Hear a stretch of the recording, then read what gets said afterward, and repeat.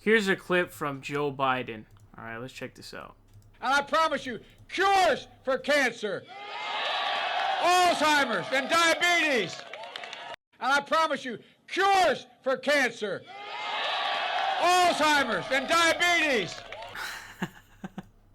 So he's obviously gone insane, dude. I mean, the aneurysms have really damaged his brain. Like, you can't... He's not even saying, like, we're going to work hard for this. He's promising cures for stuff, a lot of which are virtually impossible to cure. So, like, for example, I'm no diabetes expert, all right? I don't even think diabetes is curable. I don't think you can cure diabetes, especially if you've got, like, especially if you've got type 1, the autoimmune one, where your own body attacks yourself. I don't think that's curable. But even type 2, I don't think that's a curable thing.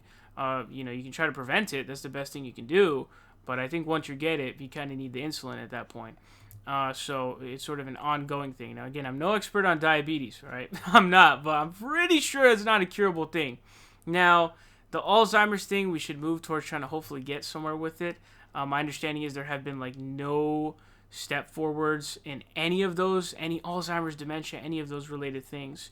But the biggest one here being cures for cancers. Now, how the fuck are you going to create cures for cancers? That's what I want to know. I want to hear him talk about what he means by cures for cancers, if he even knows anything about this. Because, dude, if you know anything about cancers, how are you going to cure cancers? It's virtually impossible. Really, once the cancer has metastasized, you're pretty much dead. At that point, there's virtually nothing you can do.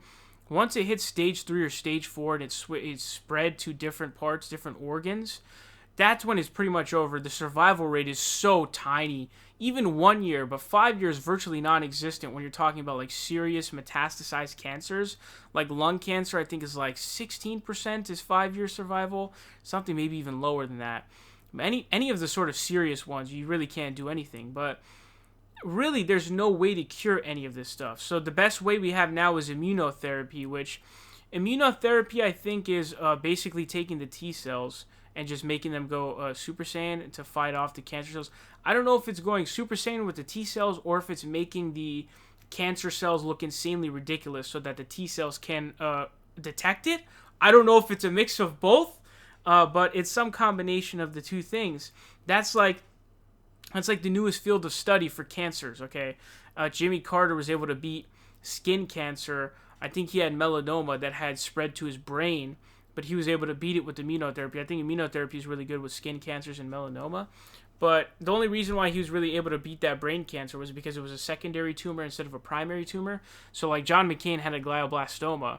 That is, like, so insanely concealed in terms of how, like, warped the cancer cells are, and so the T cells don't detect it to kill it off.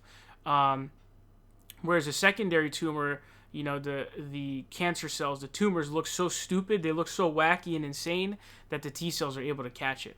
But even in, like, the field of immunotherapy, there's no real way forward for stage 3, stage 4 cancers. It's virtually impossible. So there's no real future in curing those cancers. The only two routes you can go are vaccinations, which the only way I think you can do, like, vaccines for stuff is preventing something from happening that causes a cancer. So, for example, we talked about HPV, human papillomaviruses, like a family of like 100 viruses or whatever, that causes, like, virtually all sex organ cancers, like ass cancer, penile cancer, testicular cancer. I think a bunch of those things, like cervical cancer and like vaginal cancer and all that stuff. And so virtually all those are caused by HPV, but you can get a vaccine that prevents HPV. Therefore, you're preventing all of those, you're virtually eliminating all of those cancers from that exist in that area. So that's something you could do a vaccination for. But I think that's sort of partially the future. And then also you got to figure out what causes them, right? And then you got to try to figure out how to get a vaccine for it. Then there's also people who are dumb and don't believe in vaccines or are dumbos. But then, on the other hand, this would be huge. If we could figure out a way to promote or to improve our early detection, that is really the only route. The problem is I don't see how it's really possible. Some cancers is just virtually impossible, like esophageal cancer, for example. That's the cancer that killed Christopher Hitchens, because Christopher Hitchens already was genetically predisposed, because his dad had died of it when he was like 79 or 78 or something like that.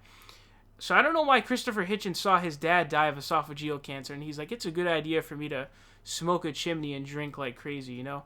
He was an alcoholic and he chain smoked. And I don't understand why you would do that if you have a genetic predisposition to esophageal cancer. But esophageal cancer, for example, by the time it manifests itself in terms of symptoms, you're already dead. Because your esophagus basically breaks down and it starts tightening, and it turns into becoming smaller, and so food starts getting stuck in your throat. But by then it's already too late. It's already stage 3, stage 4. You got a couple months to live, 6 months max. So how do we get to being able to detect it quicker? Some of them just aren't realistic to detect quicker. But if we can figure out how to detect things, all these different cancers at stage 1, stage 2. Bro, if you catch those cancers at stage 1, stage 2, they can be beaten, dude. And you can survive a good long while. If it's got a stage 1, there are situations where it's like easy as fuck to knock out of the park. Same thing with stage 2. You can beat it. But once it metastasizes, that's when it's game over. By then, it's finished.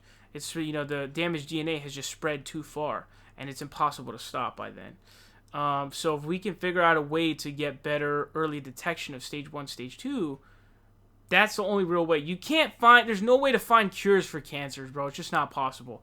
Once it hits stage 3, stage 4, there is no cure for cancer. You're fucking dead. That's it. And unfortunately, you know what I mean? It's terrible.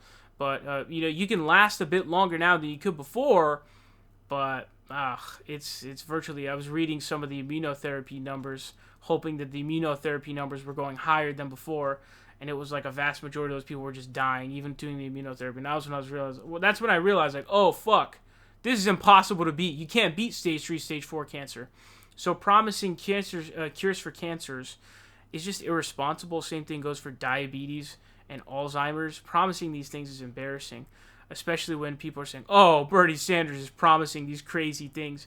Joe Biden's literally promising Fantasyland promises. It's literally impossible to find a cure for cancer, especially when you're talking about all the different kinds of cancers. There's ass cancer, there's penile cancer, there's balls cancer, there's bone cancer, there's bone marrow cancer, lung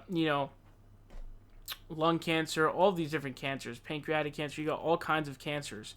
They're not the same to beat. You know what I mean? So it's just impossible. But Joe Biden has gone so insane that he doesn't even think about this stuff anymore. He just says whatever he wants.